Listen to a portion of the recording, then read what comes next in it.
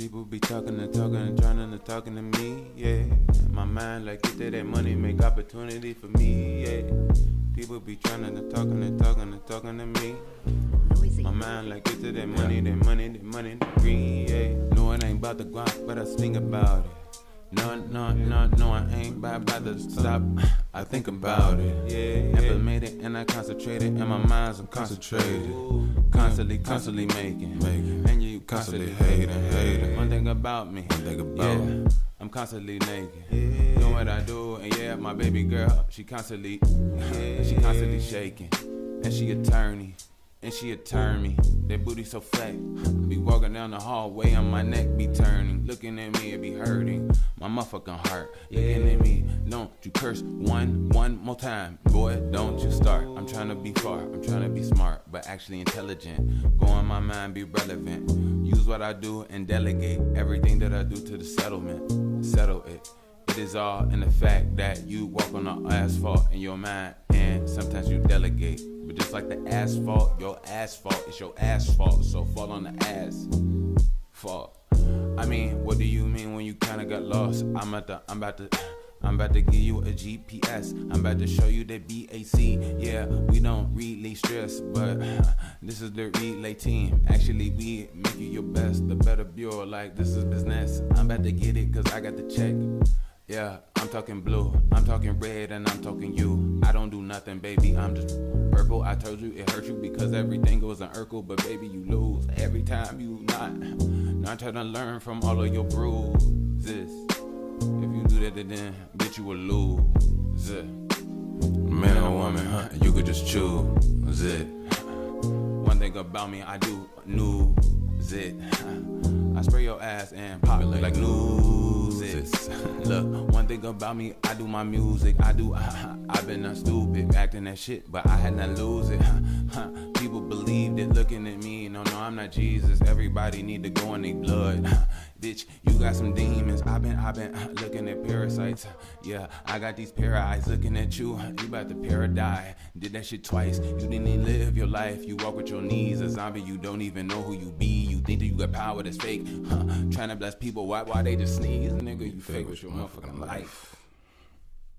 Don't get me started this motherfucking night. Mm-hmm. Actually, it's like 7 a.m. I just took a bath. I couldn't even sleep. BSC.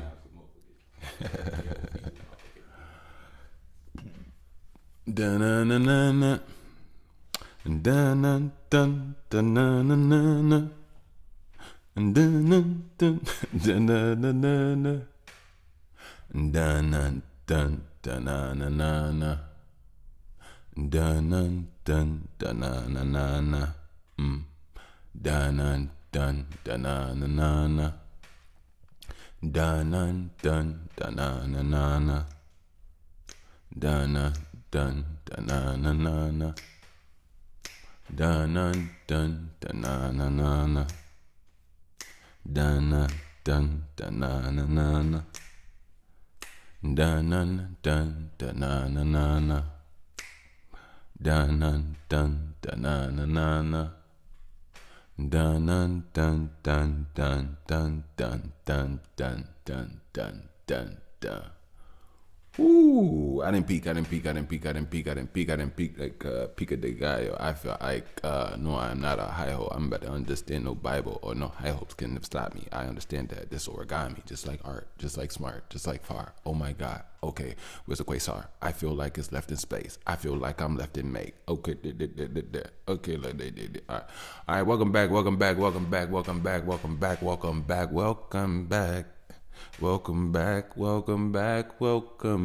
Hey, the personality, the glow, the shine is on 1,000. I ain't even gonna lie to you. Welcome back. No, I'm not on coke. I just feel great. Never did coke a day in my life. Coca-Cola. I heard they put coke in it. I don't know how true that is, but hey. But anyway, welcome back. This here is that by the way, podcadicioso, but what it's the world. It's everything that you need to listen to. But we back. Welcome. I am your host with the least amount of mostness, Mr. Bush, and yeah, we here. So number one, as always, well, first of all, I'm excited to talk to you about some things, mainly music. I'm not gonna lie, but before I get into that, I want to make sure that I touch my bases, and everybody knows what my basis is. Everybody know who my people are. My people are, my ear hustlers. I wonder if y'all should be ear hustletarians. It's always like a shin on the life forms of every planet, and we got our own planet. Got it.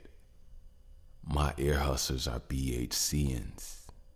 Ooh, excuse me, I peeked. I apologize. You know what's so crazy? I actually called myself a BHCian in one of my raps because I was talking about Sayans, Viltrumites, and who was the last? Sayans, Viltrumites, and who was the other person I was talking about? Sayans, Viltrumite. Oh, Sayans, Viltrumites, and Kryptonians. Yeah. And then I mentioned that I was a BHCian. Yeah. And I said I was the strongest one out of all of them. But hey, excuse me. I apologize about that. My hand I was adjusting my volume, and I came back and I slapped my what do you call this? My compressor shield. Yeah, it goes around my mic. I slapped it. I ain't even gonna lie to you. Well, you all know, you heard it. But yeah, shout out to my BHCians. Shout out to my ear hustlers. I appreciate you all so much. You know what? Look. I actually owe you all some extra love. Just a little extra love. It's been, that 2 weeks. If it didn't shake you up a little bit, it shook me. Nothing too crazy. I think that's why the last one was called Shaking But Not Stirred. No, Shaking Not Stirred. Yeah. Also a play on Bond, James Bond. But, that's neither here nor there. But welcome, you all. I appreciate you all. I really do.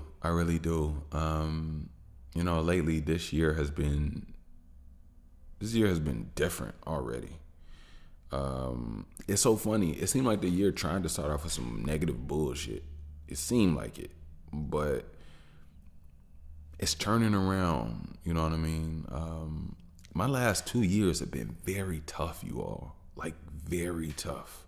Like last year, I spent the entire year just learning how to walk again, right?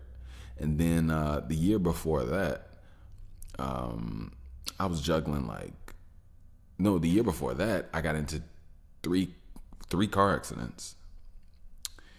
And it put me through a whole lot of medical stuff, auto repair stuff, dropping my car off and going back home, via Uber or the bus or whatever the case may be. And I take that back. I didn't take a bus. I think I took Uber. Matter of fact, and I think they even there's a program they have where they reimburse you with certain rides or something like that. Anyway, but that was right. Last year healing. Year before that was 3 accidents. The year before that, I was leaving out of my house at 6:40 to make it to work by 8 o'clock, which I was working, location wise was about 2.5 hours outside of where I was working. Where I was living. My daughter wasn't born yet, and or was she born at that time? I think she was born. She was born by that time because I was working when she, and I remember waking up at 4:30 in the morning. No, I take that back. I remember waking up at 5 o'clock in the morning, and I would work out to. No, I take that back. I remember waking up at 5:30, and I work out from 5:30 to 6, and then I would take a shower and get ready to leave out by 6:30. Yeah, by 6:30. So I work out 30 minutes, and then I, shower, dress, brush my teeth, and out in 30 minutes. I know some women are like, what? how? Like, you didn't need an hour and a half, 45 minutes to get dressed? I'm like, no, it don't take me that long. Now, I will say this. It's not necessarily a guy thing, because I've been around dudes that take long to get ready. There's some guys out there, I don't want to call them divas. They just do whatever they do. They ain't got nothing to do with me. But I'm pretty quick with mine. I'm pretty quick. I mean, my thing is just that, like, as long as I'm clean, my body is clean, and what I'm wearing is clean, I know I'm going to work it, or what I got, my vibe, my style. Some people go, I'm not even going to say extra step. Some people just like to do what people like to do. They like to iron clothes. They like to this. They like to that. I'm not ironing anything. I used to iron back in the day. Now I like a little wrinkle. Yeah, nothing crazy wrinkled. Like, I think it more so jeans than shirts. None of my shirts are wrinkled, but I feel like once you like clean your shirt or wash your shirt and you hang it up or fold it, or what type of, you're not gonna have no wrinkles. It's not like, you know what I mean. But yeah. So I'm a very simple man. But so yeah, that was that. And I remember when I got off work, I was working 2 jobs because I was helping my uncle at the time when I was actually, I don't know if I told you all, I cut him off. Yeah, I had to. I don't know if I haven't discussed that or not, but yeah, it was, man, I had already detailed and told you all I've been through so much BS, you know what I mean? A lot of you all know, but I'm not really here to even go into that again. It just so happened I was working 2 jobs. So my grandparents had property. My grandparents died, and my father and his brother fought over their estate. My uncle ended up getting it. And then,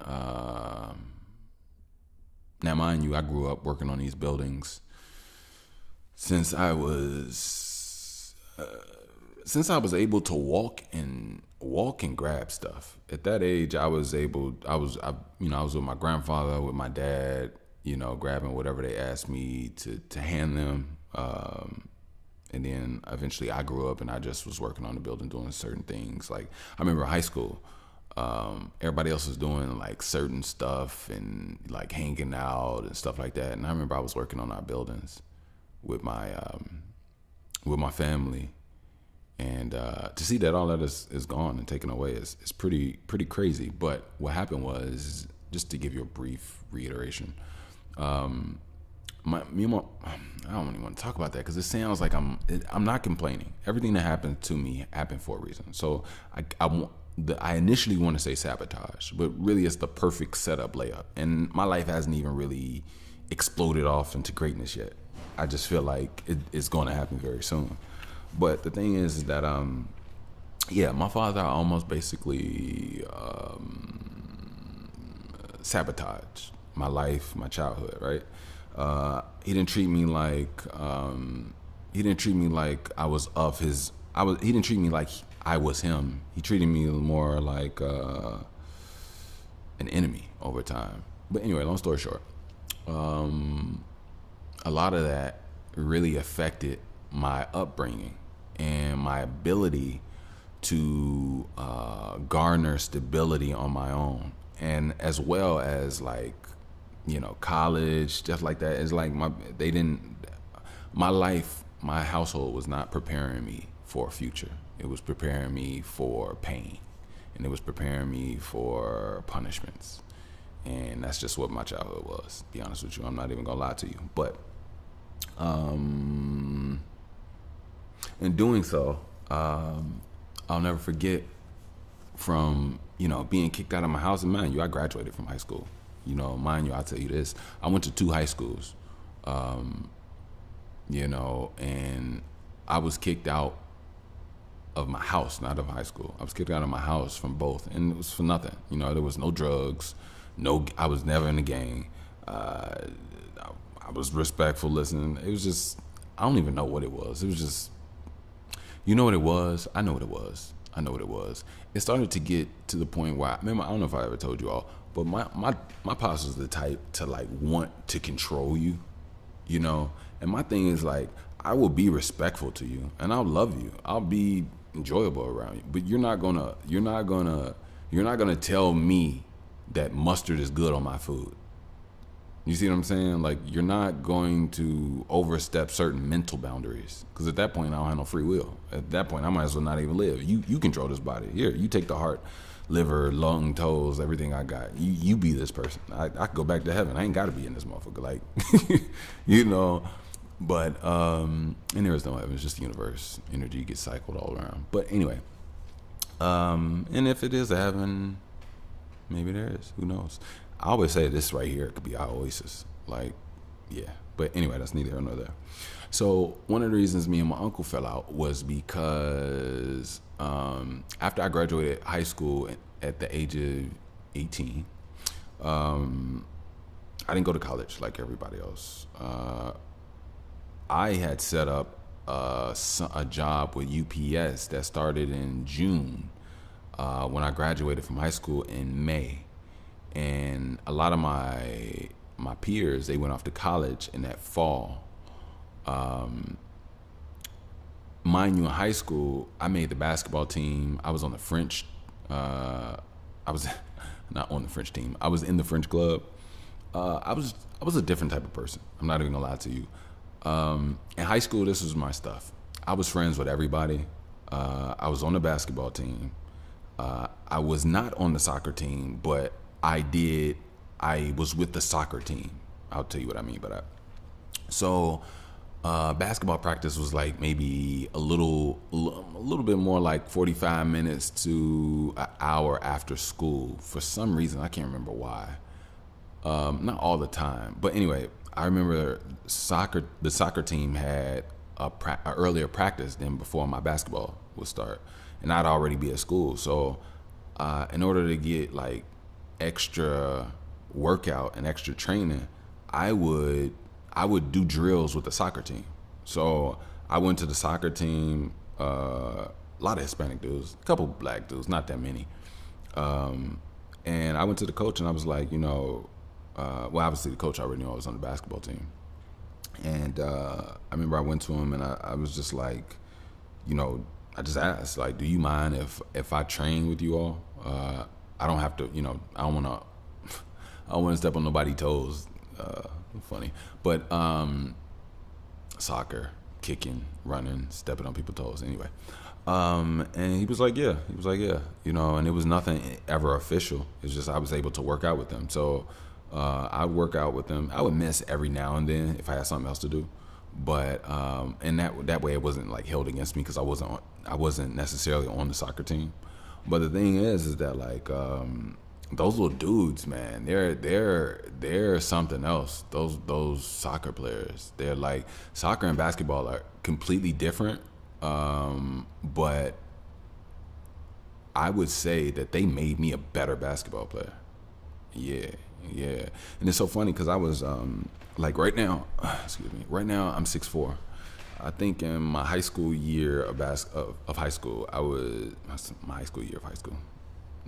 Ignore that stupid shit that I just said. My senior year of high school, I think I was like maybe 6'3", 6'3.5". I did grow a little bit after high school. I don't know why. I thought that was the end of it, but I did grow a little bit. But I was like maybe 6'2", 6'3". I think I was 6'2". Yeah, I think I was 6'2" my senior year. Because after my senior year, I just kept growing another 2 inches, 2.5 inches or something like that. But anyway, so yeah, they just made me really good. I'll never forget being on the court, and I'll get back to my uncle. I'll never forget being on that court. Being on the field. And man, excuse me, like you all know, I try my best not to curse. I won't. Sometimes it feels like curse words are the only true meaning of how you feel, which is probably where extra healing and looking at myself is needed, which I don't have a problem with. I love it. But basically, they messed my shins up. Those little dudes messed my shins up. You know what I mean? They messed my shins up so much that I was afraid to even get the damn ball. You know what I mean? I was like, because as soon as the ball come to you, they swarm you. And as soon as they swarm you, they kicking the shit out of you. I mean, they kicking the shit out of everything. They kicking their feet, they kicking the ball, they kicking the grass, they kicking your shoes, they kicking your ankles, they kicking your shins. It's like, bro, what the fuck? Like, can y'all chill? You know? But eventually, see, I had something that they didn't have. I had larger steps. They had quicker steps to me. So what I eventually learned to do was, let me see if this makes any sense. I'm faster than they are, but they're quicker than I am. So this is what I mean by that. If we're going 20 feet, I beat them. If we're going 4 steps over, they beat me. So in order to like truly get it in that fashion, I remember what I started doing was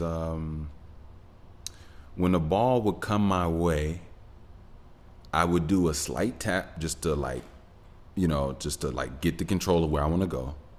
And then I would give a full hard kick, like not a little tap, because I know this is running. They coming at me, and I know, but I also know I'm faster than them.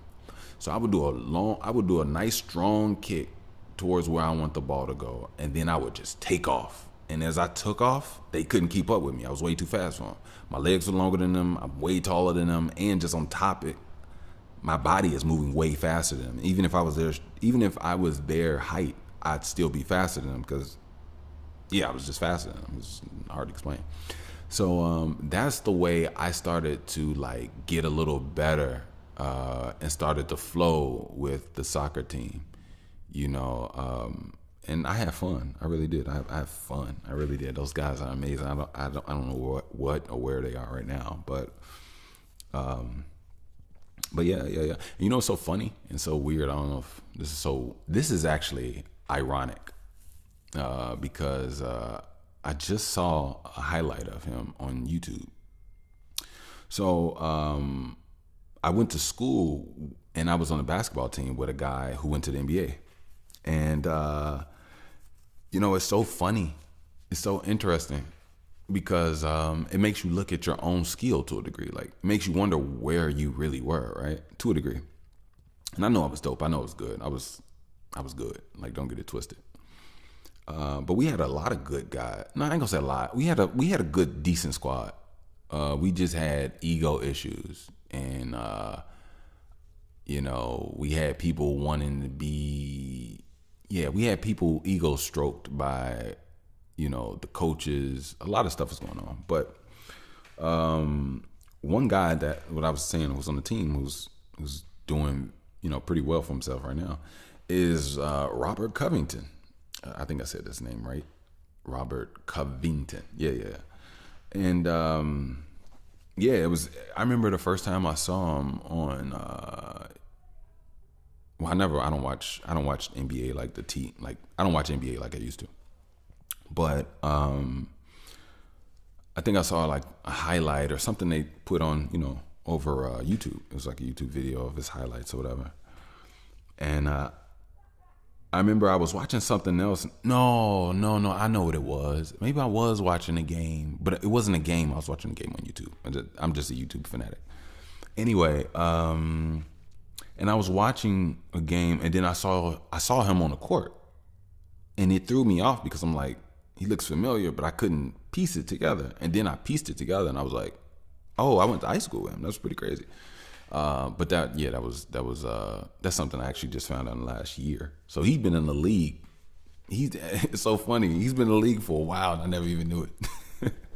But we weren't close like that. It was nothing like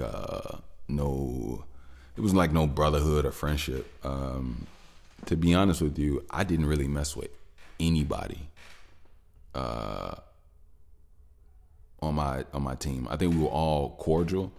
But I think people also fake, and I think people were intimidated by others, and they acted a certain way. But I was, I think we were all too much of ourselves to like truly be friends with each other. So even though we spent time with each other on what's it called? We spent time with each other on the basketball, on like court teams, traveling, doing stuff. But when it came to school, we had our own cliques. You know what I mean? Our own little groups of people that knew each other, knew of each other, but it was just different. But anyway, long story short, so I didn't go to college and stuff like the rest of my peers. So let me fast forward you up to about the age of 29, 30, right? So that's from 18, let's go 10 years. So for 10 years, I struggled a lot.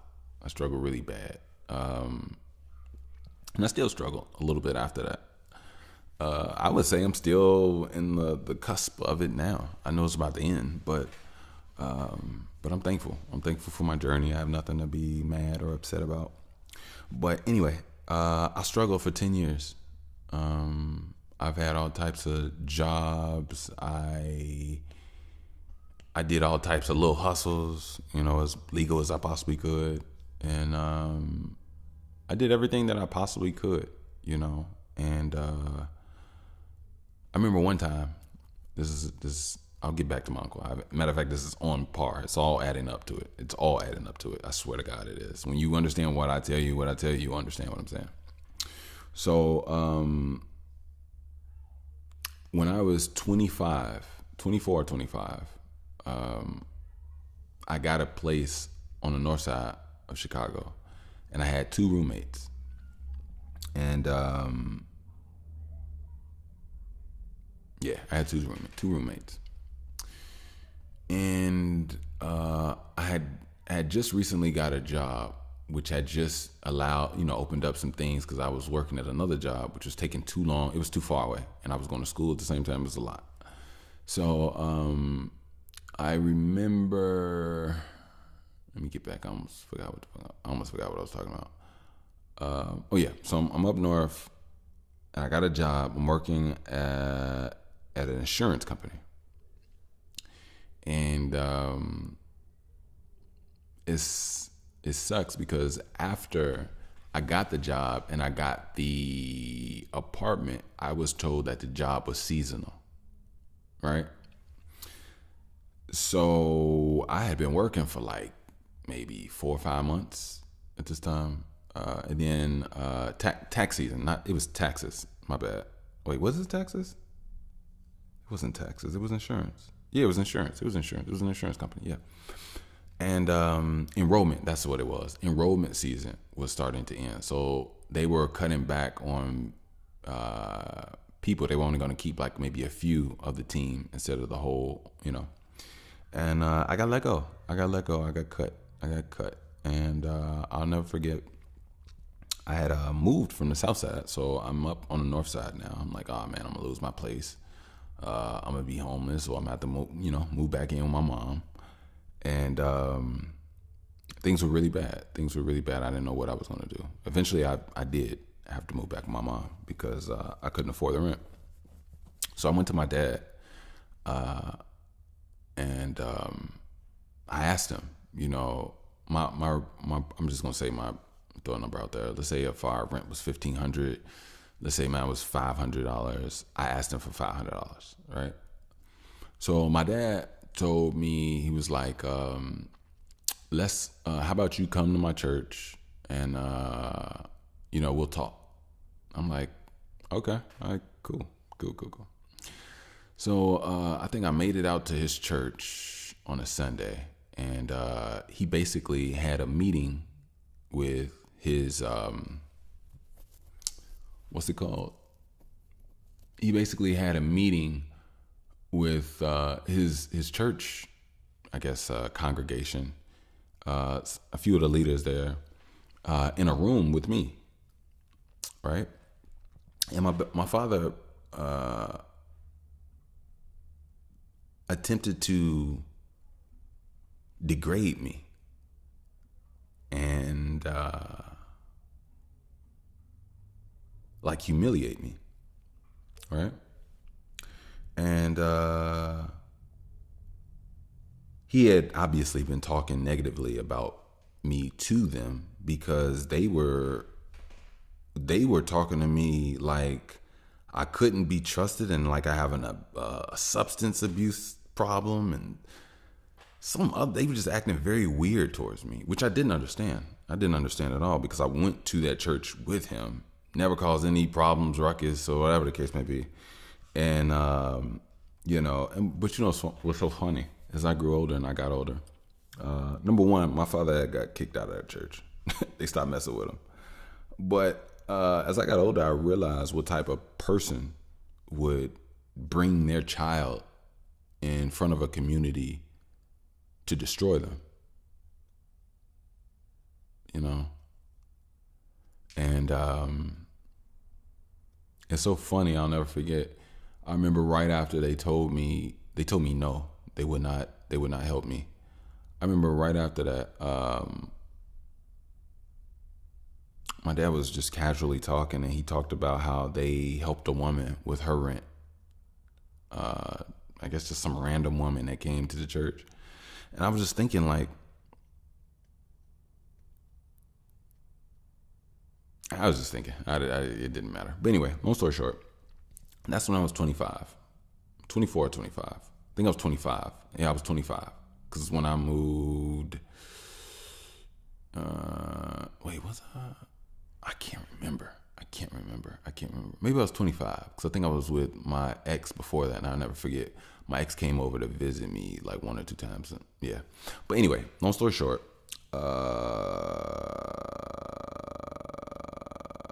what's going on now? Long story short, let me take you up to 30. I'm like 31, 32. And I think at 31, I was all over the place in the city. I was doing a food truck. I was a food truck driver. I was doing Wi-Fi. I was a Wi-Fi technician for Xfinity. And I had this independent contractor app on my phone that allowed, help people move. And I was a mover. So, I would just go and do quick moves and help people move furniture and stuff like that. And I did that for a few years. I did that for maybe 5 years, maybe 6 or 7. I don't know. I can't remember. But life was tough. Life was very tough, very hard for my entire 20s. It was very hard. So I reached out to my uncle from 25 to 30, periodically here and there, just asking for work, because he had my grandparents' buildings. And that's the only thing I could think of when I was like down and out and I couldn't do anything, and I had been applying for hundreds of jobs, y'all. Y'all have no idea.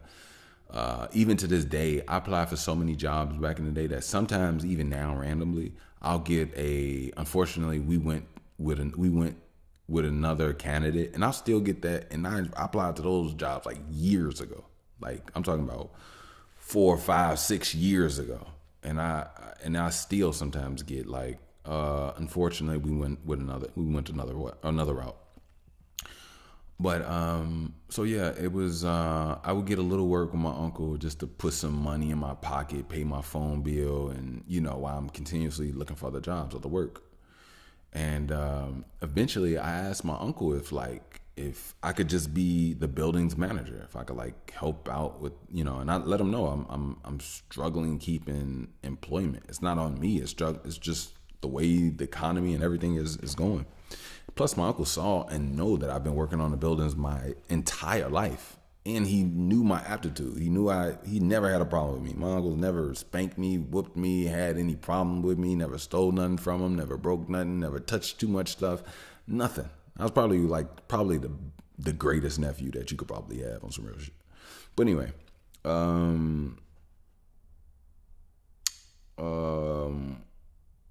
no, he just wouldn't do it. And I was homeless. And I'll never forget, fast forward, me and my girl, we had it's funny, I met her when I was 24. And then we didn't fall out, but I got back with her a year later. because when I met her, I'll never forget. I was just going through a lot at the time, and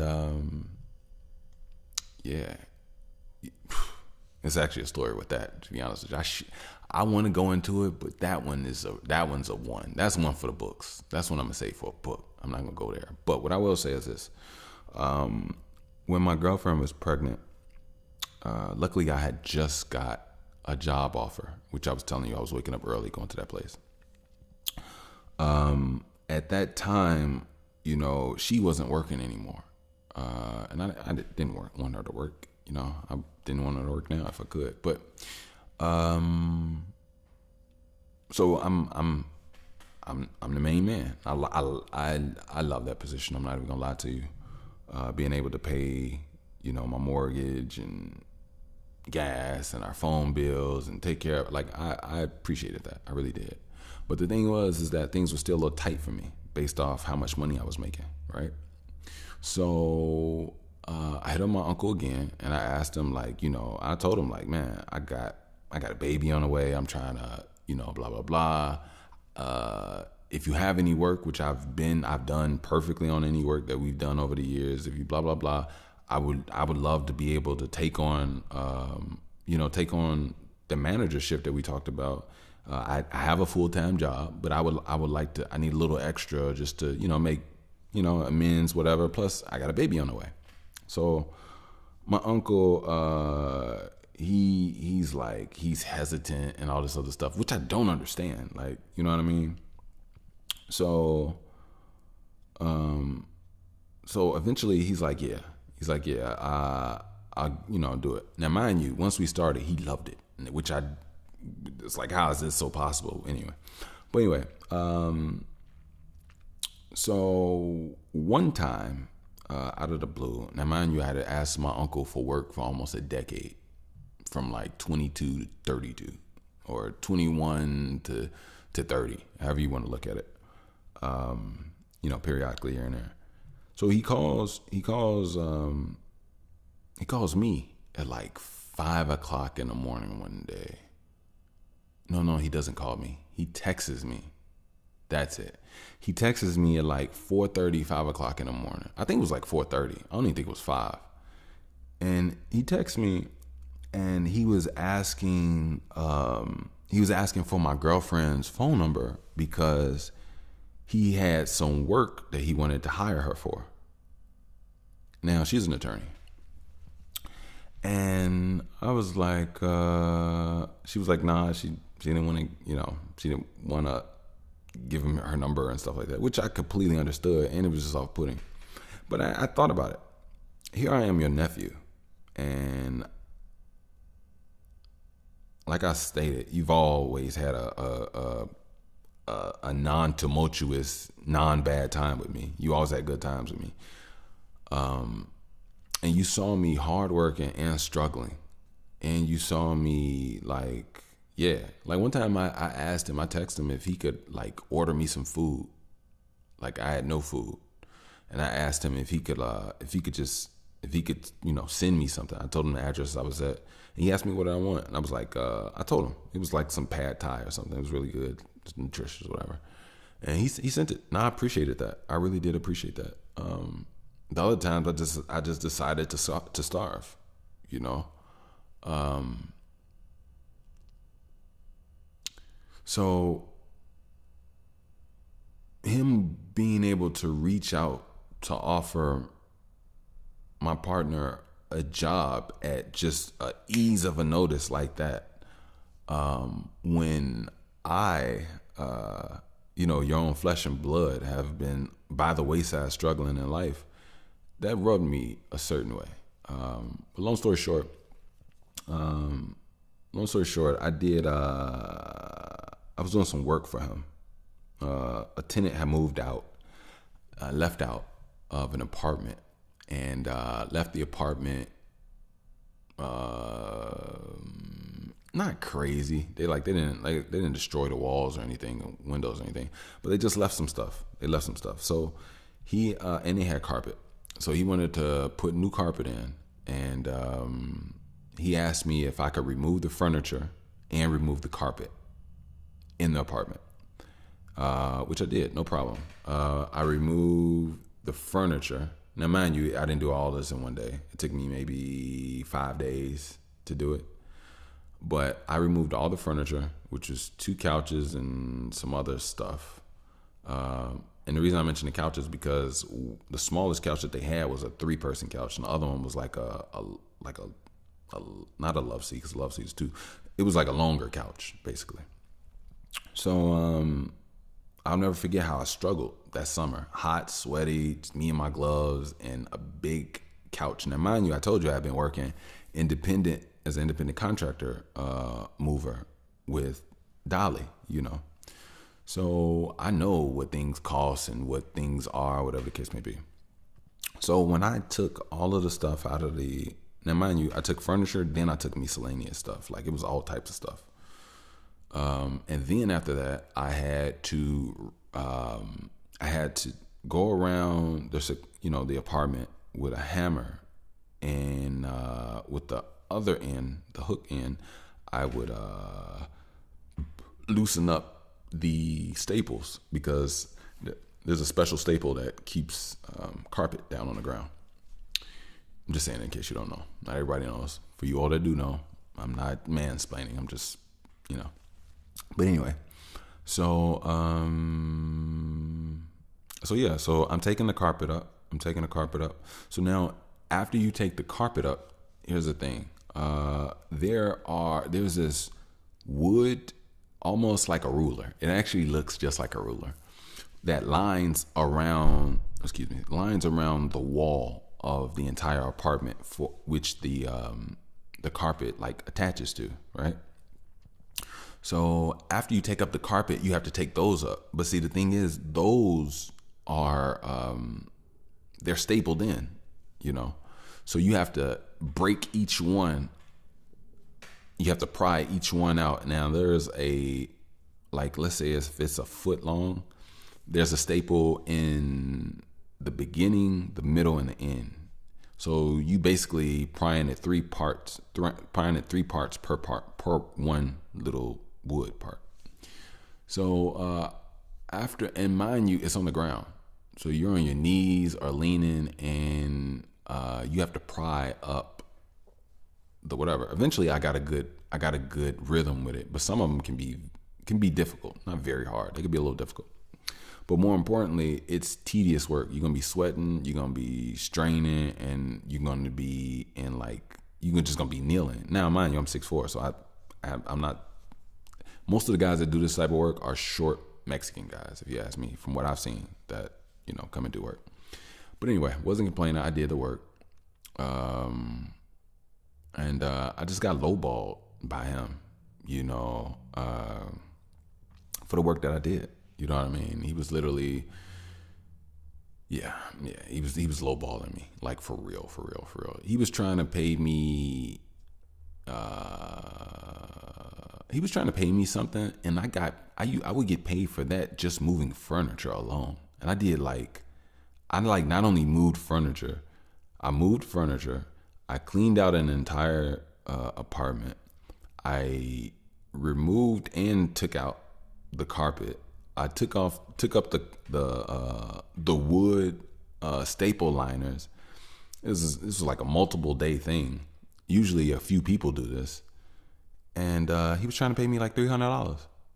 $300. And I was like, it just showed me. It showed me because finances and energy are very, they're similar. Don't get me wrong. Finances are fake. But if you want to know how somebody views you, you'll see, through finances. You will. But anyway, long story short, instead of arguing, yelling, getting upset, talking about I need my word, this, blah, blah, blah, blah, man, I went straight to that building. I went in the lockbox, and it's so funny. Just a week before that, his was it his son or his daughter? I think it was his daughter. Yeah, she had a birthday party, and I went to the birthday party, and I brought my daughter. And he had told me he wanted to talk to me, privately. He had something to give me. whenever, we had some free time, I was like, all right, cool, it's no problem. So kicked it with the family, blah, blah, blah. And then like around the end, he was like, Mike, you'll come out to the parking lot with me. I want to talk to you. I was like, yeah, no problem. So he went out and he presented me with a master key. This master key opened up every door in the building.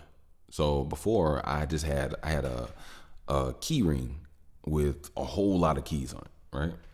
But now with this master gold key, it just opened up every door, every apartment door, every door, right? So that was pretty cool. But when he did this, which was like literally a week later, I don't even think it wasn't even a month, literally a week later, after we had that conversation, because my uncle's so fake, he texts like stuff, right? Yeah, and he knows, just like it's like most manipulators, they'll never want to face you directly. It's just the way they are. So he has cameras on the building. So after we talked, and he told me that he was gonna pay me $300 for my work. I told him, like, no, that's not enough. That's lowballing me. And I told him what my value was from the work that I did, and I also let him know, like, I detailed my work, and I didn't do too much talking because I'm not about to sit up here and explain myself. But he eventually went up on the $300 to, I believe, $400. He sent me $400 instead of I believe it was like $650. And I think $650 is lowballing. Like, and it don't even matter, man. It don't even matter. Like, you literally make almost like $30,000 a month off this place, and you're lowballing me off $300 from an empire that I got pushed out of anyway. Come on, man. Be real. It's so funny. Empire does carpet, and it's so funny. That's so funny. My life is just it's universe. I see you up there. Like, you can stop with the jokes. We get it. But so yeah, I just I'll never forget. I put my phone down and I just went and enjoyed the rest of my day. The next day, I got up, I took a shower. I was very clear. It was so funny. It was actually, to be honest with you, I was so calm that it was like I was guided by the universe in so many ways. But anyway, next day I got up, had breakfast, I took a shower. I got dressed in some not super nice clothes, but I just dressed nicely. I dressed in a feel good type way. Which, you look good, you feel good. And I'll never forget, I went out, got in the car, I drove to the building, parked. Now this was on my off day. It's on my off day. And I went to the lockbox, and now mind you, there's cameras on the building that my uncle has hooked up to his phone, so he sees all type of stuff. So I go to the lockbox, which is behind the building. I put the code in, I open it up, I take my key out, I take the master key off, and I put it in the lockbox, and I flick it so it locks back up. And I go back to my car, and I go home. Like, and my uncle, he texts me. He doesn't call me. He knows nothing. He knew, and doesn't call me. He texts and he says, I saw you at the building. You at the lockbox. Were you like dropping the key off? I was like, yeah, I'm it's not working for me. Best of wishes to you. And I guess he tried to talk a little something about it, but he never called me. Not once, even from then. And that's why I knew that it was bullshit. You know what I mean? Like, but I also know people will play you. And I also know that, well, I don't want to get into all that. It's a certain complex that embraced him, embodied him. But I'm a chosen one, so you're not going to get over on me at all. It's not going to happen. But yeah, I just walked away from the situation. Didn't yell, didn't curse nobody out, didn't turn up, didn't nothing. And it's so funny. My uncle actually doesn't even know that version of me. Like, for real. But it's okay. It's cool. I'm not even on no whatever. But so yeah, so that's why I stopped messing with my uncle. It was a little explanation, but the explanation was worth it.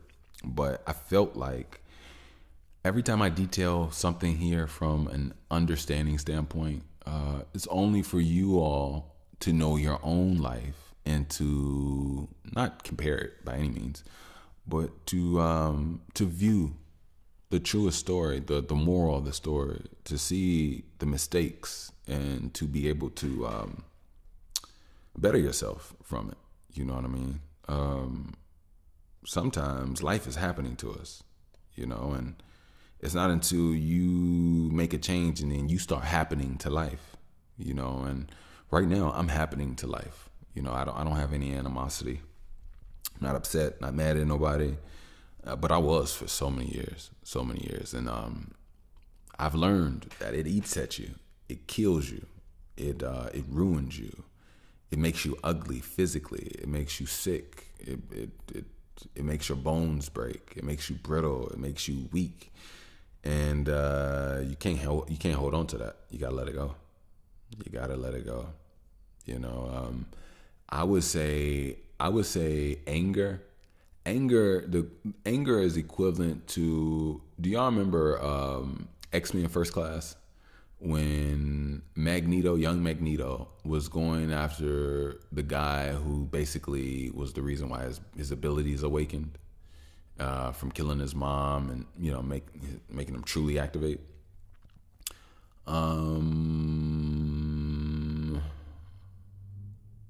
There was a scene where the guy was escaping a fighting scene on a boat via a submarine that was attached to the underneath the boat, and Magneto jumped in the water and was holding on magnetically to the submarine, and the submarine was stronger than him, so it kept going, and it pulled him.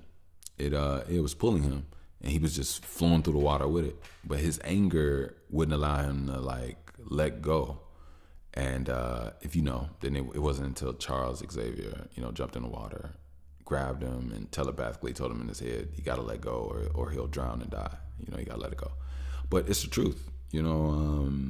Anger is literally the exact same way. And a lot of us are justified for the reason that we have anger. There are a lot of people out there with. I think one of my biggest things was just abandonment. When my baby was born, my parents did not come to my baby shower. My father or my mother. And I don't know if I ever talked about that on here, but it hurt me. I'm not gonna lie. I'm not gonna sit up here and say it didn't, but it hurt me. It truly hurt me. But at the same time, the hurt had a cap on it. And I wouldn't even say it really truly hurt me. It just highlighted itself. I could say it hurt me, but the thing is, I didn't really expect much from them. You know what I mean? Like, they weren't really even in my life the last 8 years up until that point, which was literally, my daughter's about to turn 2, so this is literally 2 years ago. So up until 2 years ago, it had been 8-10 years before we had real rapport. But yeah, that's neither here nor there. I forgot why I started talking about my uncle while we fell out. But yeah. So So the years they've been yearing. The years have been yearing. I'm not even gonna lie to you. The years have been yearing. Let me see where we at. I'm doing good. Let me do a brief. I should say let me do a brief sip, but let me do a brief commercial. And yeah. So if you all would like to donate, if you all would like to support, you all would like to strengthen, you can definitely do so via PayPal at Witkush if you'd like to donate. Like I've always said, this is what I want to do and this is who I want to be. I'm not at a place where I get enough donations to literally live. I'm not even gonna lie to you all, and I'm not saying that to make anybody feel no way. I'm not. I just, because I also know some people, when people hear me, now I guess this is a testament to maybe my soul sounds rich. I have a rich soul, rich spirit, but a lot of people think I'm rich. Now I will say this: I'm supposed to be. I do. I'm supposed to have abundance, and I will. But I do not have it, and I'm not getting it from this. So if you think that I'm just balling and rolling around in dough, think again, my nigga. No, think again. No, that's not the case. But if you would like to donate support, I am more than gracious, and I have no problem with you doing so. So if you'd like to, you can do so via PayPal at Wickush, WICKUSH. Again, that's via PayPal at Wickush, WICKUSH. Thank you. So also, if you would like to save 15% on Link app, you can definitely do so. I'll put the link down in the description. And don't forget, Link helps you link. At the smallest tap of whatever method you choose to use, whether it's the little M&M piece you put on the back of your phone, whether it's the activated rubber band, you just literally raise your arm, tap somebody's phone, laptop, whatever electronic, and they get your profile, what all your information, what your services and products are about, and yes, it's just a way to help you connect quicker and very smoothly. And to be honest, they got some style on it. You know what I mean? So definitely check them out. I also have merch. We got merch. Merch. And I'm selling perch. No, I'm just playing. No, we got merch. Like I've always said, I'm 35 now. So the only thing I care about is comfort. I care about comfort before I care about style. I know that sounds a little wild to y'all, because I came from a time where people will be in pain just to look good. Me, not so much. I need to be comfortable. Like, if I feel good, I'ma be good. Yeah, that's just me. But anyway, you can definitely grab your BTWT first edition. I'll put the link down in the description. And like I always say, it's a telepathic communication, and it's comfortable. You know what I mean? That was my main goal, main motto. And it is stylish. Don't get me wrong. It's stylish. They got some really nice colors. Yeah, so it is what it is. But check out the merch. I hope you find something that you like, and I'm looking forward to adding some more stuff very, very, very soon. I want to add some mugs, some not coffee mugs, some tea mugs. Well, whatever you put in is up to you. I drink tea. I don't drink coffee. But actually, I got an excerpt. I had a loose thought about coffee earlier. If I offend somebody right now, from what I'm about to say, I don't mean to, but I realized that some of the most problematic people on this planet are coffee drinkers. Yeah, it's like some of the most mentally weak people are coffee drinkers. And I know a lot of people, some people may sit up here and try their best to defend, but it's like, it's just fucking coffee, y'all. There is no grape juice, no strawberry juice, no orange juice that everybody drinks or can't start their day until they, like, get the fuck out of here. Like, I bet you could if somebody put a gun in your head, you could start your day. I bet it. Yeah, you see what I'm saying? Like, oh no, not right now. I haven't had my cup of coffee yet. Like, what's funny though? I think that the movies subconsciously did that to people. Now, obviously, the influence doesn't work on everybody, but coffee, cigarettes, and guns have been a very prevalent thing in majority movies. Mainly coffee, you know what I mean? Like, from people, just doing all type of stuff, So I think that people today have just like literally grown up with that that slight brainwashing in their head, because it's like coffee shouldn't have that much power over your existence. Like, like I don't know, maybe it's just me, but I feel like people be putting too much on coffee. Like, sis, it's really not that important. It's not that big of a deal. It's really not. It's really not. And if anything, you just addicted. And I came from addiction, which does come off as a form of weakness. But yeah. I feel like that's just me. Now, if you drink coffee and that's your thing, or you like drinking coffee, and you know what's crazy? I had a moment where I did drink coffee, but it had nothing to do about a cup of Joe in the morning time. I would drink coffee. I remember, was it a summer? It was like 1 year of my life, and I didn't do it all the time. It was just like every now and then I learned the beauty of a good blunt and a cup of coffee, but they had to be together. Like, I wouldn't just drink coffee without weed. No, I wouldn't do that at all. Nope. I wouldn't do it. It just wouldn't hit the same. You know what I mean? But I was always a cocoa, like a hot cocoa drinker. Like, I take hot chocolate over coffee any day. Like, call me childish. I don't give a you know what I mean? But actually, hot chocolate was my go-to. I used to roll me up a nice little fat blunt, and I used to make me some hot chocolate, and I would sip and smoke, and boy, did I enjoy my sip and smoke. I did. I really did. But yeah.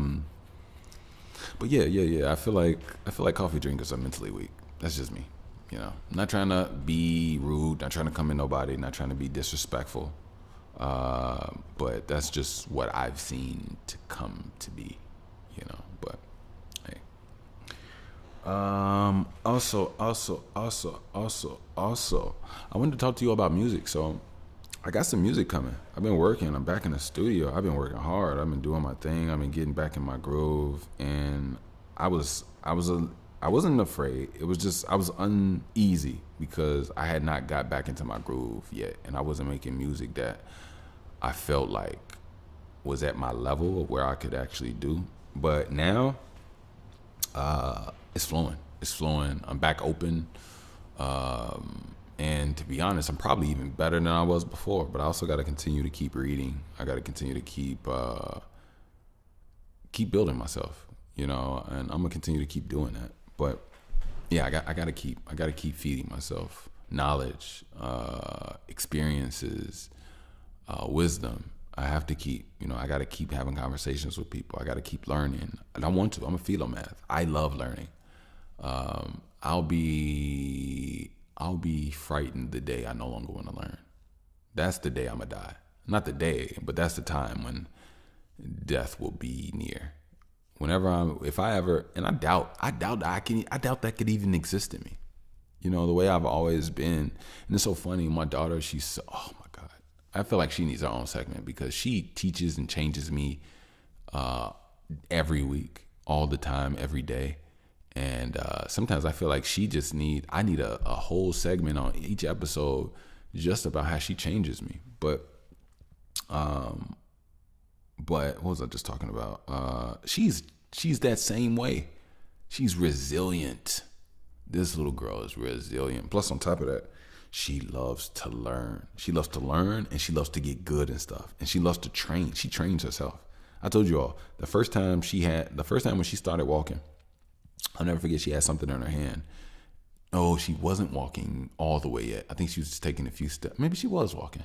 Or maybe she was just standing. No, she was walking. She had just started walking. I'll never forget when she had just started walking and she was like taking little steps here and keeping her hand on the wall to a degree. I'll never forget when she dropped something. So when she dropped something for the first time, I was watching her. She dropped, I want to say it was a ball.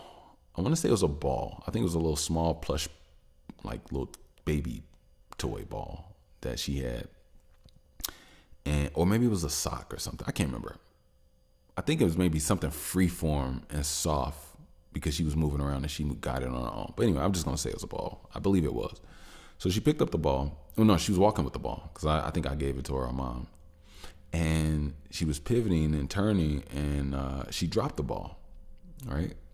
So when she dropped the ball, obviously it's on the ground, and she's standing. Now, she came from crawling, you know. But this is her first time, like, picking something up. This is literally her first time picking something up, and I was able to catch it. This is her first time. Just listen to this. And I think I told you all this before. She put her hand to the ball, and she just made sure that her hand got closer and closer to the ball. So eventually she started kneeling, which I don't think she naturally tried to do with her body. She just wanted the ball. So she kneeled down and she grabbed the ball. But then she also know that, like, at that moment in the position that she was in, she couldn't walk. So she had to stand back up. So she stood up. When she stood up, something in her brain clicked, like, oh, I need to work on get stronger on this. Joe, I kid you not. My daughter sat there for like not even 3 seconds. She had a blank look in her eye for like maybe a second and a half. And she knew exactly what her mission was. Her mission was to get better. So she took that ball without taking another step, and she turned her hand and opened up her fingers and dropped the ball on purpose. Again, well, this is the first time. She dropped it on purpose. The first time was an accident. And she reached down, grabbed the ball, and came back up. She did that for 5 minutes, y'all. She dropped the ball again, reached down, got up. So basically now she's doing squats. This little girl is like, she's so different. You know what I mean? She's so different. Like, she wants to train her body. She wants to train her mind. She wants to know stuff. And I'm so glad that she does. Like, and she could take anything apart. I don't care what it is. If it's electronic, she can take it apart. If it doesn't need a screwdriver, she's taking it apart. I don't know how and why she's like this, but she is very whatever. But that's my baby. She's very resilient. Very, very resilient. I mean, extremely resilient. And she's just amazing, you all. She's truly amazing. She's truly amazing. She's so amazing that I tell all my friends to go get somebody pregnant, or anybody that or whatever. Hey, go get pregnant.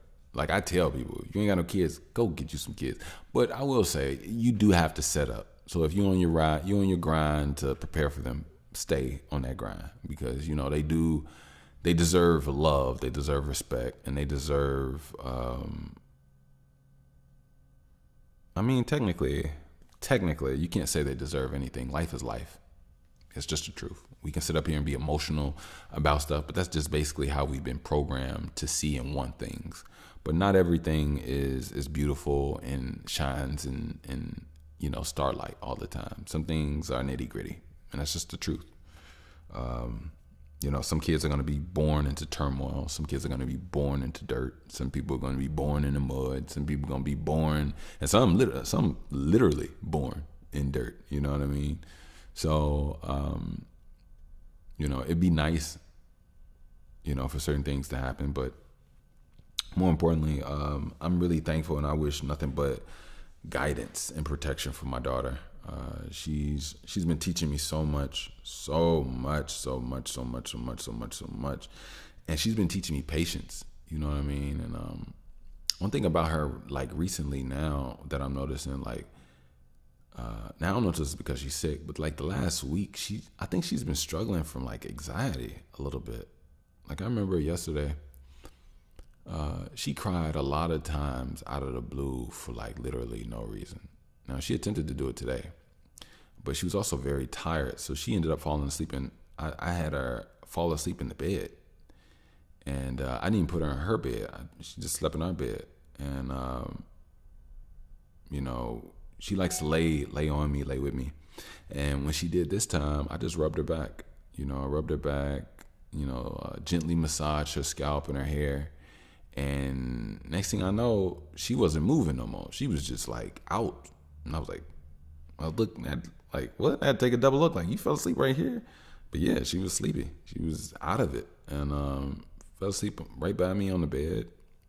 Usually I give her a bottle in the bed, and then she gives me a hug, and then I pick her up, give her a kiss, and I tuck her into her bed. But she finished her bottle, gave me a hug, and laid right next to me and went to sleep. And I was like, I love that little girl. But yeah, she's so resilient. She's so resilient. You know, lately I've been trying to be more patient with her, but at the same time, I know that she has to work whatever she's going through out in her head. So we had a little tight times today. You know, she has this thing where she's like, she listens to me. Don't get it twisted. But recently, it's like she's not listening on time like I feel in my heart as a parent or as a person. Like, she be lollygagging. I feel like she's fogged brain. Why, I don't know, but I think I'm going to start meditating with her. I think that's what we need, because today she almost had an episode where she started to cry about something else again, and I literally sat up. I looked her in the face. Maybe this was yesterday. I looked her in the face, and I just let her cry. I let her express herself, but I looked her in the face, and I kept a nice smile. I kept a nice look on my face. I didn't smile hard. I didn't make a sad face. I just kept like almost a slight smile, you know, just to let her know that I'm in a good spirit. Like I was. There was no reason for me to be in a bad spirit. She's crying for a reason she don't even understand. But you're not about to make me sad, you know, whatever. But eventually she was looking at my face. She cried. Then she stopped. And then I grabbed her hands, raised her hands up, gave her a kiss on her hands. And I just told her, like, just look at me, listen, you know. And I told her to be quiet, because sometimes she be trying to ramble, and like she's still in baby gibberish, you know what I mean? But I got her to calm down. And then she wanted to give me a hug. She loves hugs. She is a lug hover, like, for me though. Not anybody else though. That's just crazy. She does not give out hugs to people like that. You know, not even her mom. Like, she'll give her mom a hug, but it's not on the same level as mine. Like, and that's what I love about her. Oh my God, I love my little baby boo-boo. Like, and she loves me so much that she wants to include me in everything that she does. Like, she'll be playing, like, she had a what do you call it? A baby date? Not a baby date. Is it a friend date? She had a mother with a daughter came over. I don't know how to explain it. She had a friend date. I guess we call it a friend date. Where this woman, I don't have to say her name, but she came over and she brought her daughter. And her daughter and my daughter, they're also in the same swim class together. And they were doing something, and I periodically wanted to see, you know, because I wanted to watch her interact. Plus, I wanted to be there because I know sometimes my presence makes her feel more comfortable in any setting she's in. She believes in herself a little bit more, and she opens up to people a little bit more. So I was there, and then I remember a few point in times I dipped off just to come to the studio, just to listen to some like recordings that I did, or, you know, whatever the case may be, just to work on some music. But I couldn't get fully into it because I also wanted to see her, spend time with her. So I went back upstairs, and when I did, my daughter, she gets up, and she looks, her head goes up high. She's looking at everybody. Everybody's looking at her. She's walking through everybody, and she's looking for me. And she comes to me, and she puts her hand up, and she says, Dada, come here. And I come over. I grab her. I extend my hand out. She grabs my hand, and she pulls me over to where the little girl, her mom, and my daughter's mom was in the front room playing with some toys, while, you know, a few other people were sitting on the couch. And I just, you know, I sat down, kneeled down, you know, and I just played with the girls. You know what I mean? It was beautiful. But, you know, every dude, when it comes to a love with a woman, Obviously, I'm not talking about romance. Well, in this, all right, excerpt from my daughter. In this moment, I'm comparing it to, not saying it's the same, so don't try to make nothing weird. But and it's actually not even just romantic. I would say even platonic, whatever the case may be. Every man loves when a woman loves for him to be there, like truly desires for him to be there, truly wants him to be present. And it's a beautiful feeling. It's a beautiful thing, when your woman, your comes into you and wants you with her. She wants you to go with her to the mall, to the movies, to the this, or to the that, or she wants you to come out to the field with her. Like, she enjoys you, and you knowing that, it makes you feel good as a man. Like, men like things like that. I'm not even gonna lie. Like, don't exclude us. But I realize in today's society, which is I was kind of talking about like in the last pod to a degree, and I didn't want to say this because I feel like I was talking about women. I was discussing women. I wasn't like talking bad about women, but I didn't want things to be seen in any off light, like I was attacking women, because I'm not. I just know that there's a lot of BS that women do that are trained and societally supported. You know what I mean? Like, so women have a like tendency of excluding men in things, which is very weird because women by themselves, I guess, like, I'm not even here for that. If y'all enjoy each other, enjoy. Bonjour.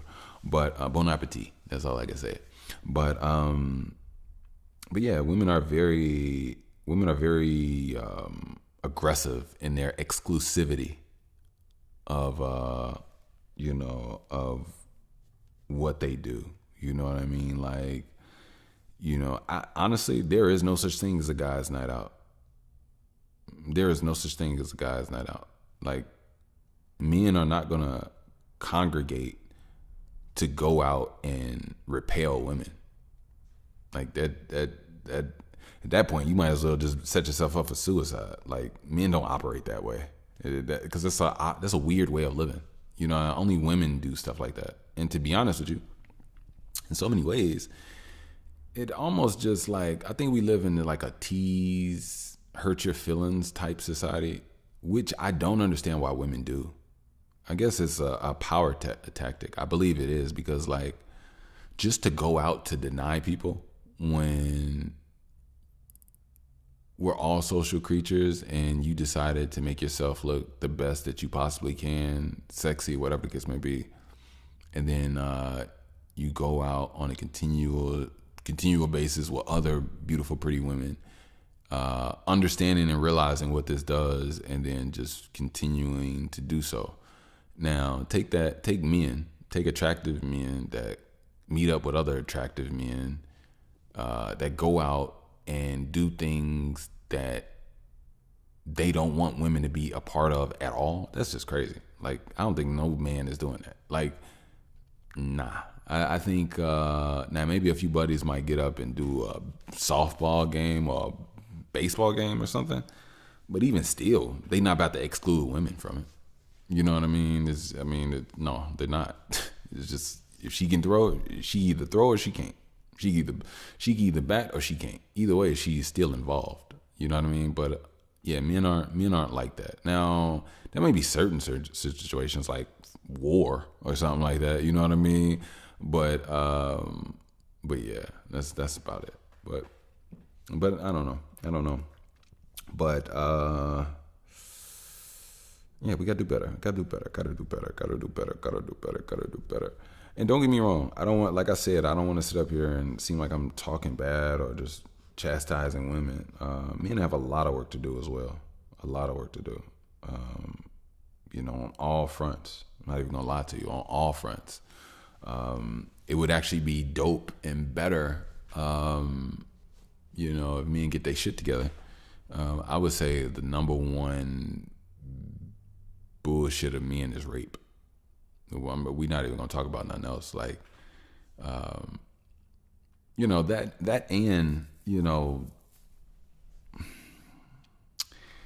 and I don't want to say domestic violence, but I will say certain type of violence. Now, I'll tell you this. I am not, and this always gets very tricky. So I just try to tread lightly. But I lead with love and I lead with honesty. I'm not about to sit up here and say that nobody can do anything. Anything can literally happen in this world. We see it, and there's different circumstances for what between men and women when it comes to violence or physical altercations. But it literally just goes into play like, I'm not about to sit up here and tell somebody to keep their hands to themselves, to do this, to do that. There's everything for everything. You know what I mean? Yeah, of course, there are some bogus moments where women are getting knocked out brutally. There's some bogus moments where women are being done, heinously. But there's also bogus moments where women are doing stuff. You know what I mean? So I'm not really here to like hoopla this and that. I just say all parties, use common sense. And one thing I realized, which is sad to say about women don't have common sense all the time. Damn, it seems like I'm coming at women again. I'm not. I promise I'm not. And I can explain this. A woman will literally get aggressive, get easily irritated, and show aggression towards a man that could like kill them or beat their ass, right? Take a man who is around another man. Now, for most men, it's either we gonna fight or we gonna kill each other. But like, all the catty yelling and all that, that is not even like, that's feminine energy, right? And usually any man that does that, the other dude with the masculine energies talks less, walks up and does more physically, right? So even men know how to gauge whether they should get into an altercation or a fight with another being. But for some reason, and I'm not even going to, you know what, I'll say this. Women are, you know what? I'm not going to say women. Some women are stupid. And I'll tell you this. You ever notice those same women that get real loud and disrespectful and aggressive with men? Whenever they're around a woman that could beat the brakes off of them, you ever notice they don't get on that? And it's just a fun fact. So it's like, why are you desiring to get beat up? Like, you're literally setting it up. And I wonder, like, why, like laws have to be changed because things are very emotionally unstable when you're talking about an emotionally unstable creature. It's just the truth. Now, the same society has literally fed and harvested this whateverness out of women because, like, it literally makes no sense. Like, these women are masochists that want to get beat up. Like, they want to call the police on you. They want to have you taken away. But at the same time, they also want to get in your face, spit in your face, yell at 100,000 miles an hour, touch you, do like little weird stuff. And it's like, and we're not cool. So it's just very taunting. You know what I mean? And don't get me wrong, fellas, young men, I'll definitely say this. If you're ever in a situation, a certain whatever, just remove yourself. Breathe deeply, stay in control of what you're doing. Stay vigilant, but just remove yourself. You know what I mean? But sometimes you're in certain situations where things get hot, things get heated. And sometimes when you have a family or you're entwined with this person, it may be a little difficult to remove yourself if you all have a child and you all live together. But at the same time, oh crap, my baby's up from her nap. Let me get to her. Look, I will be right back. And I'm actually pretty much done, but I'll be back for y'all. I'll be back. Love.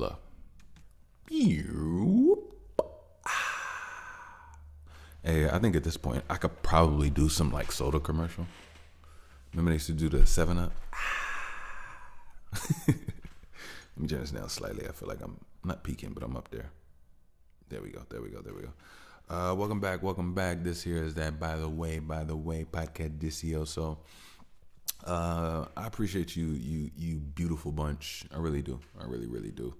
I was wondering, is there anything else I wanted to get off my chest while I'm here?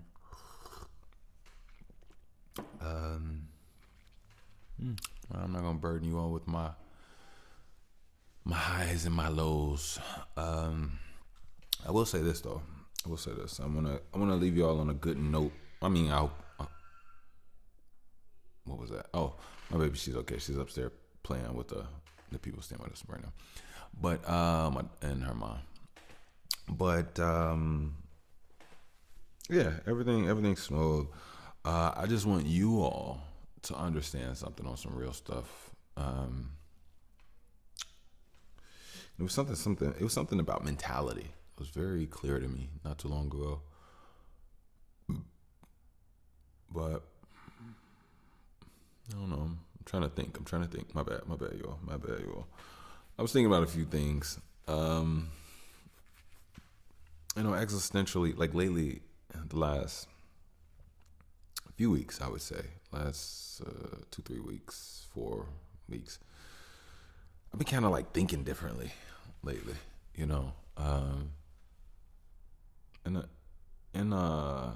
just a conceptual way, just what I feel about everything is just a little different, you know what I mean? So, and this goes into just like the wonders of life, space, heaven, hell, stuff like that. I just came down to a place mentally of hopefully clarity. I always seek clarity, but I don't believe there's a hell. I don't believe there's a heaven. I believe all of that is a perception inside of your mind. Because if there's heaven and hell, what is this realm? The realm of potentiality. The realm of potential hell or potential heaven. Like, no, I think, as I stated before, we could make this up. We could make this an oasis. Earth could be an oasis. And Earth could not be an oasis.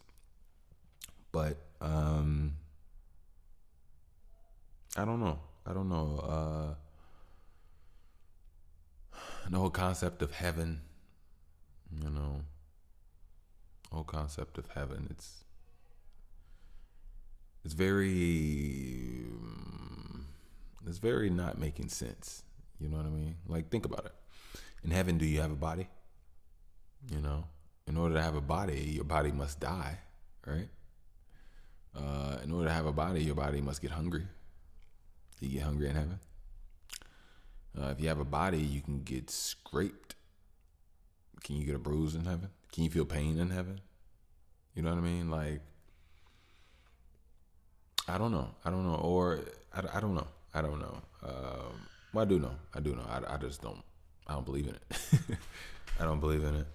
I think it's definitely altered a lot of people. It's controlled a lot of people in their decision making here, while people are alive. And I think, it is what it is mentally. But I don't know. I just, like, lately, I just been kind of loopy. I think that's why I took some time off those 2 weeks. Well, it was pain. I was in pain. I was really in pain. But, yeah, I don't know. Lately, I just been not loopy in a bad way. Just feeling different. Like my mind is shifting. And I feel like maybe my mind is maturing more. Yeah, I really see that I'm becoming an older man. You know what I mean? I can sense it, like, mentally, Yeah, things are different.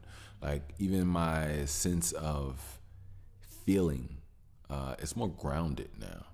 It's not as on the fritz as it was when I was younger. I guess I've reached an internal stableness within my central nervous system. But yeah, I just been feeling like just different. Like even my emotions, my thoughts that come in, that I pick up, they're much more better in a way where I can handle my own information. I'm not sure what that is or what that's about, but I feel much more comfortable. I feel much more whatever. It's so funny. The episode I had when I came back, I felt a little off. But I think it wasn't that I was off. I think I was shy coming back to you all. Like, I don't know what that was about necessarily. I really don't.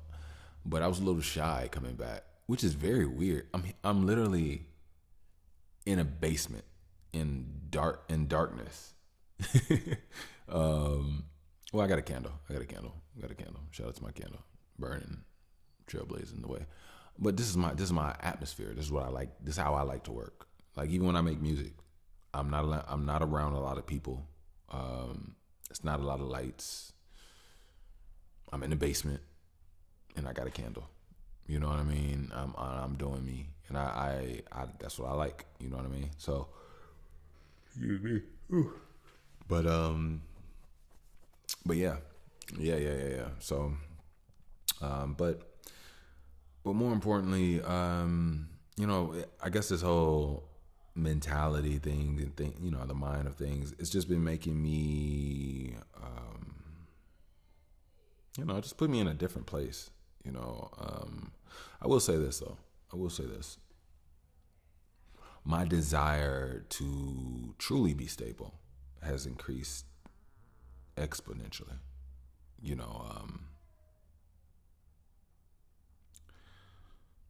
I detailed the last few years, and this year I'll tell you what I look forward to in my future.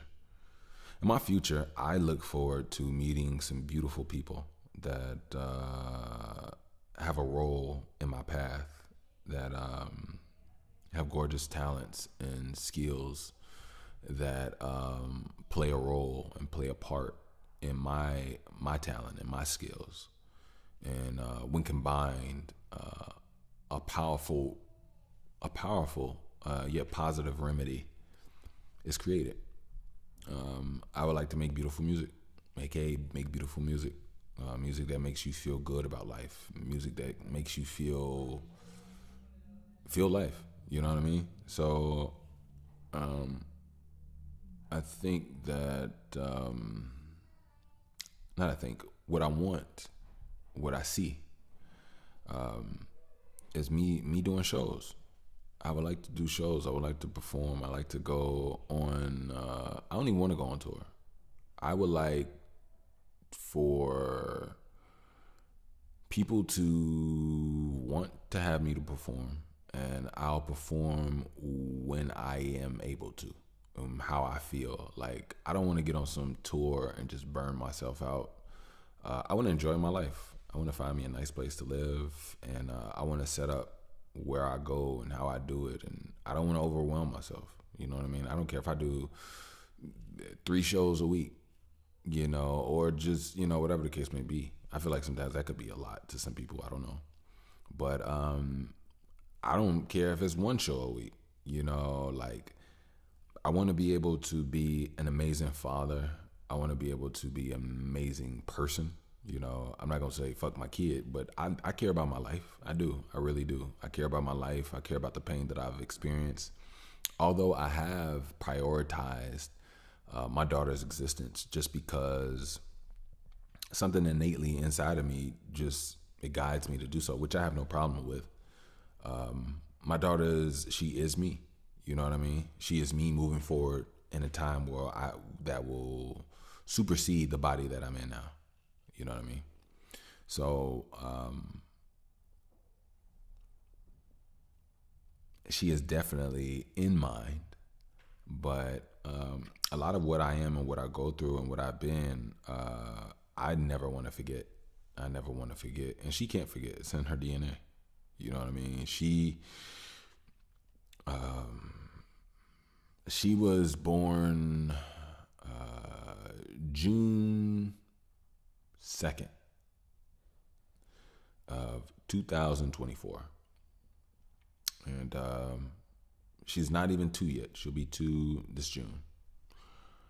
And,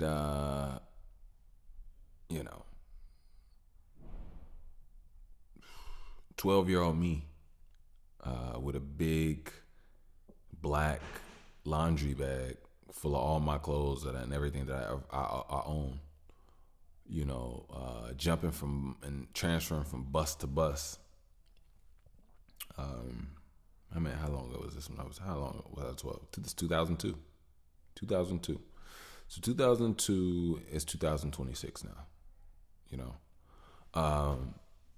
All of that is in her DNA. You know what I mean? I don't have to try to live for her. She and me were basically the same.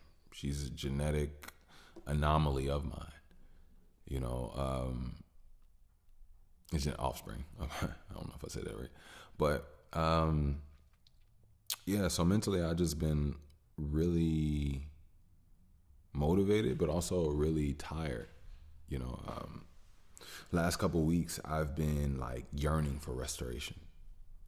I've been yearning for my pain to be taken away. I've cried nights. I'm not gonna lie to you all. And don't get me wrong. It's not me trying to do some sympathy or anything like that. I'm great. I'm good. But I've gone through some pain, like even physical pain, and just mentally, me looking at everything that I've been through, everything I've gone through, it made me realize, like, I look at my age, I'm like, damn, so I'm 35, like, okay, I'm 35, like, I've never really had true peace in my life, other than the calmness of my spirit, like that. And I think as I've gotten older, that's one of the reasons why I go inward more and more and more. Because, when I was growing up, literally my environment was chaotic, volatile at times. And even now, that's why I think, honestly, I am where I am because of my internal self. I was around a lot of people that became and went a lot of different ways in life. And I too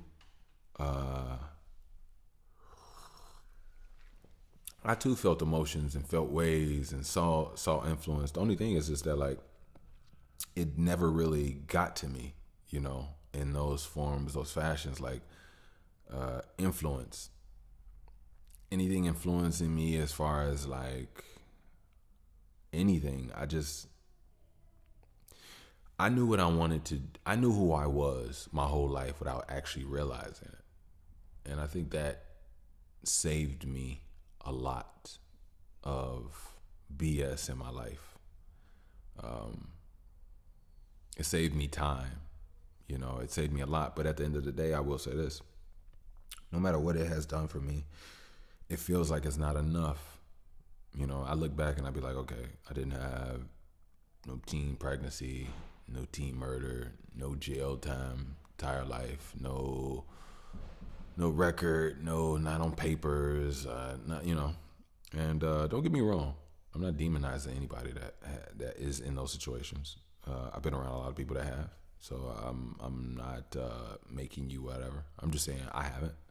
But even in me not, my journey has just been tough and painful. You'd be surprised that a man with no behavioral issues, no record, why it's so hard for him to get a job. And I speak eloquently, speak well, I handle myself very well. clean my body. I don't stink. I'm respectful. I know how to communicate. And yeah, it just made me realize this world, the more I become myself, the more I be me, I've always been attacked, even when I was a kid. And even as I grow up, I realize that we're in spiritual warfare. There's so much unseen that we don't always take into account.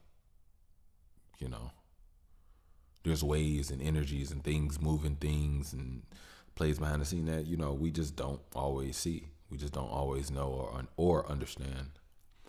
And sometimes now, when you just talk about mentality, it gets very eerie for me because, like, sometimes I look and I'm like, I was born in 1990. How are y'all not noticing that everything has been getting worse, tighter, and we've been in more of a chokehold than ever before, financially, freedom-wise? And when I say freedom-wise, I'm talking about just like, do you know how many parking meters are in normal, regular places? You're like, you can't go anywhere without spending money. You can't do anything. And it's really been affecting humanity.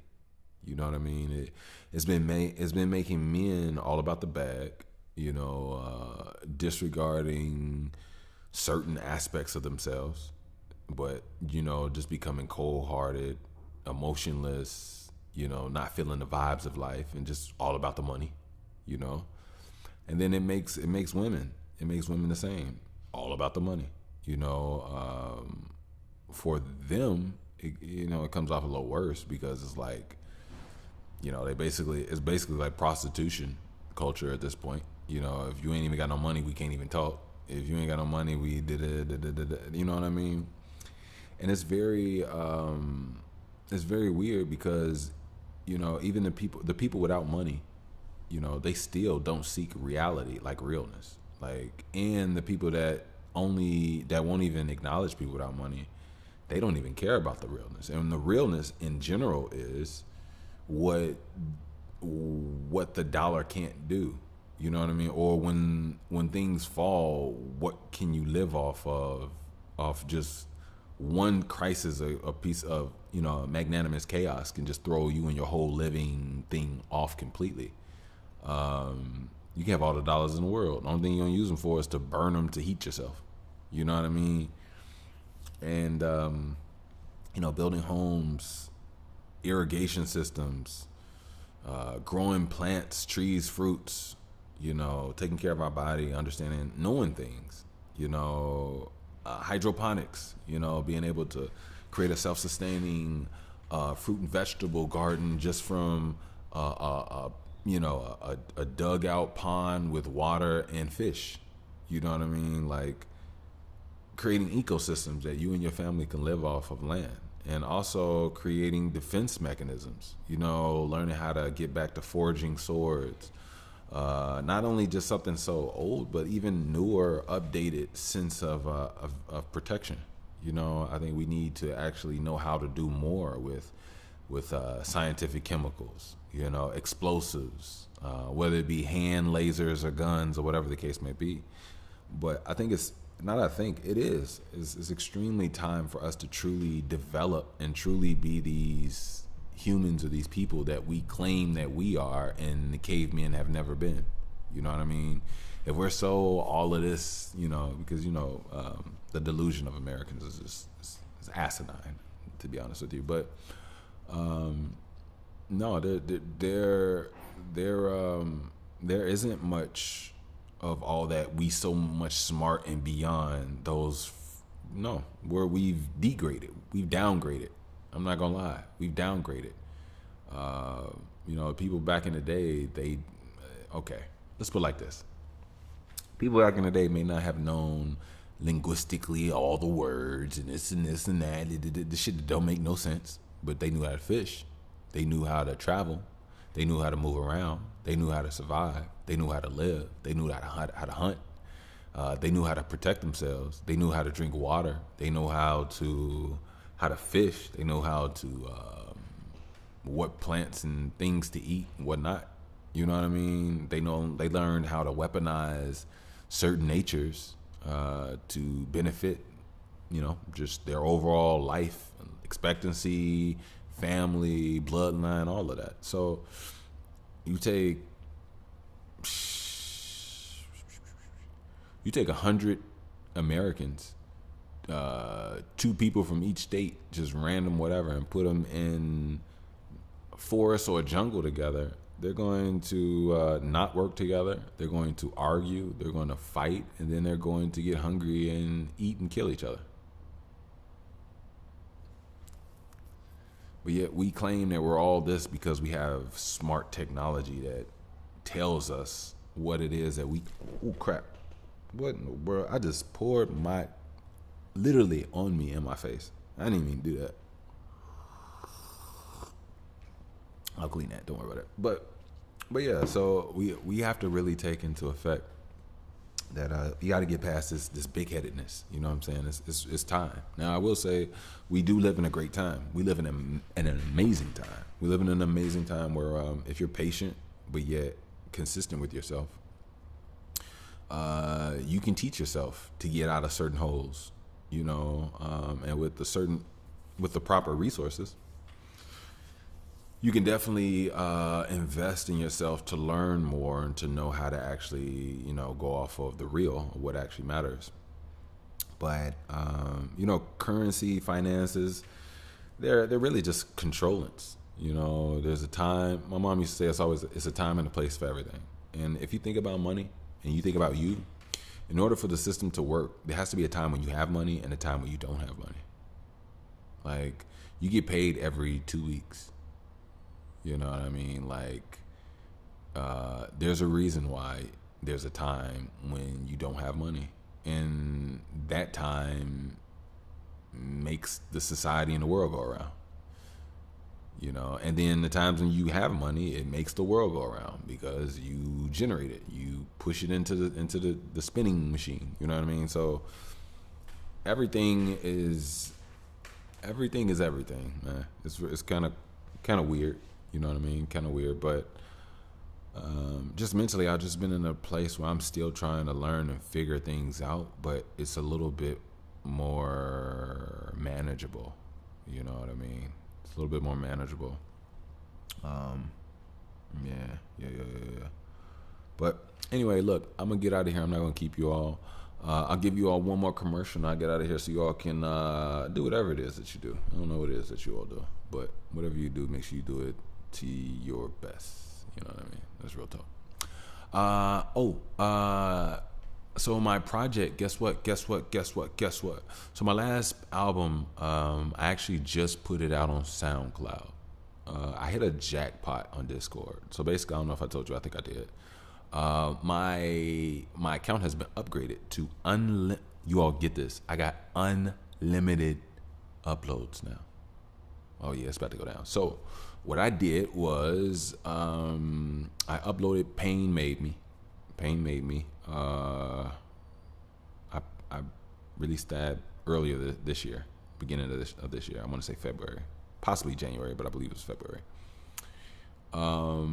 And I put it out, and it blew up over a day. I ain't gonna say blow up. I think blow up is like when you in the thousands. I'm in the hundreds, but I appreciate and I respect, and I'll take all hundreds, all of my hundreds. I'm not downgrading nobody. I appreciate you all, and I will put the link down in the description. So now, Pain Made Me is not only just on YouTube, it is on SoundCloud. You know what I mean? So I appreciate all of you all for supporting me. I really have. What I'm gonna do is I'm gonna go through my YouTube and I'm gonna grab my special gems that I really love, and I'm going to just go put them on SoundCloud. If you all still, I'm not gonna change anything to YouTube. Will I still put music on YouTube?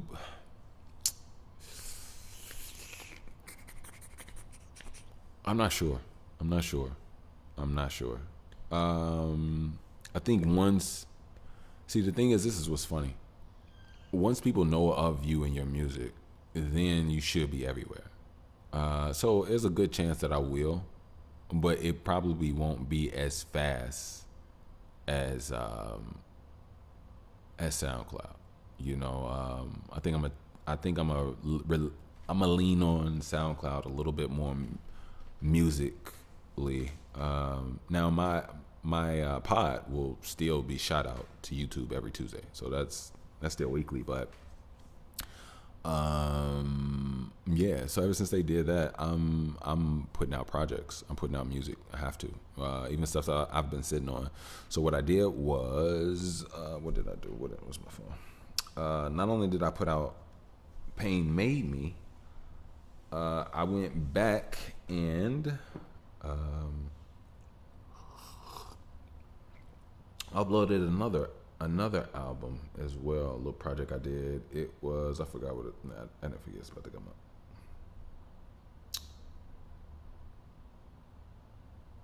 Where is it? Where are you?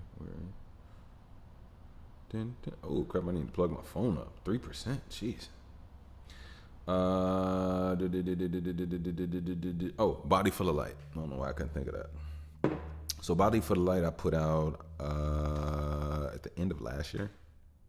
Dang, I came out with 2 in like six months. Yeah, I did. Oh, okay, I like that. But yeah, Body Full of Light. I have also uploaded that to SoundCloud as well. So I'll put the link down on my SoundCloud in the description, so you all won't have to worry. Everything will be good and smooth. I got you. But yeah, so now I can put out music a little faster, and the reason why is because look, I work off Logics on my Mac. That's my baby. Oh yeah, she be freaking out sometimes. Anyway, I'm about to get out of here. But jeez, my baby. She does this every time I have to go. Like, who wants to have a pie where the baby daughter is just like, you know? But hold on one second, I'll be right back. I feel something sharp in my whatever that was. All right, anyway. Yeah, she was good. She like, so that's the thing. My daughter has baby brain, and you know, if parents know about baby brain. Baby brain is when you are a baby and your brain is functioning at the level of a baby. No matter how intelligent, how special sparks you show, you're still a baby, and you can't control your emotions all the time. And she's at that point where she'll cry over her own clothes being brought down and showed to some people, and she won't cry over that. But then when you want to go take her clothes, which are on the hanger, back to her room and put them back in her closet, she can't process it. You know what I mean? Like, you know, so she just freaks out at certain times. I mean, it's really nothing wrong at all. But hey, anyway, I'm gonna get out of here. Don't forget music. I will put the SoundCloud link in the description. Don't forget, if you want to download, if you like to donate, support the show, you can definitely do so via PayPal at Wickush. That is WICKUSH. Again, if you'd like to donate, support the show, I am more than gracious, and you all already know I appreciate it. You can definitely do so via PayPal at Wickush, WICKUSH. And for all you businessmen, women, creators alike out there, come save 15% at Link App. I will put the link down in the description. Yeah, like I always tell you all, it helps you just connect fast, on the go, and precisely. You know what I mean? And stylishly. I'm not even gonna lie. Like, all of their tech is clean. It's gonna make you look different out there in the world. You know what I mean? Most people don't even know about the tech. I mean, like, you just be like, put your phone out the back, and they just tap the back of their phone, and it comes down off of their browser feed not browser feed, their what's that, the notification bar at the top, and then they just tap it, go straight, it takes them straight to where your page, and that's another neat thing which I've explained, but you get to set up your account and how your page looks. You know, I believe you can put up to like 5 or 6 things on there. Social media things, your websites, videos of what you do, intro videos, whatever you got going on, you can definitely check them out. So I'll put the link down in the description, and don't forget, save your 15%. Lastly, merch. I have the BTWT. Comfort, stylish. After these tees, I want to come out with cardigans. Yeah, I'm going into my grown daddy phase, but I ain't gonna lie, I'm an in shape dad. I'm in shape. I don't look bad out here, and I still care about myself. And I'm gonna be like I ain't gonna be like no new hipster daddy or no shit like that, but I'll be like a new looking good daddy. Yeah, I just want to be a cool, fresh. I'm not even trying to be cool. If I ain't cool to you, I don't care. I just want to be comfortable. I just want to continue to grow. I want to be an amazing communicator. I want to be strong. I want to be focused. I want to be balanced. And I want to have a beautiful light in my eye, my skin, my aura, which I have. And I want to continue to keep growing and focusing on that part. You know what I mean? So, definitely check out the merch, BTWT's first edition. And I think you'll like them. I really do. I really do. Plus, I took the price. They're $22.22. That's what they are. They were $29. I was $29.29, but I took it down to $22.22. I did that. When I do that, I did that the end of last year. Yeah, I did it end of last year. But yeah, that's it. So I'm gonna get out of here. You all be smooth. Stay on your things. Stay on your grinds. Another thing, I'll also try, if I can remember, I would definitely try to put the Discord, put our Discord for our Air Hustler, my Air Hustler, you all. I want you all to join the Discord. I'm in there. You know what I mean? I'm actually trying to do, I put up random, I put up like little random posts. You know what I mean? I'm always going to put up something for,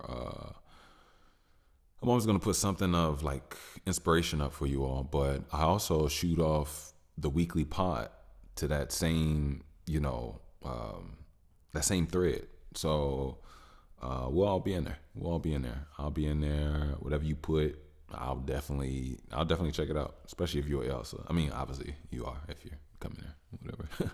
But anyway, I'm gonna get out of here. I'm gonna go make my boo boo a bottle and help her get in bed. Meanwhile, love, peace, happiness, all that great, good, final stuff. And don't forget, care about yourself, worry about yourself, love yourself, and make sure it's enough. Don't just love yourself. Put in the work. Show me that you love yourself. I've been in a bad relationship where I loved the person claimed that they loved me, and it just didn't feel good. There was full of disconnection and full of questions. There was no answers, and there was no connection. You know what I mean? So it made me realize that love is not enough. It's just the truth. Love is not enough. It's not enough. If you love yourself, it's not enough. Show me. You gotta put in work. Gotta put in energy. So I love you all, but is that enough? See, I could say I love you, but I actually kind of just proved it. I just did almost 2 hours, of doing it. So you see, you put the energy in, you put the work in, and you'll be all right. But meanwhile, again, I love you all. Y'all be smooth. Stay on your workouts. Take care of yourself. Haritaki. And I'm going to next time. Peace.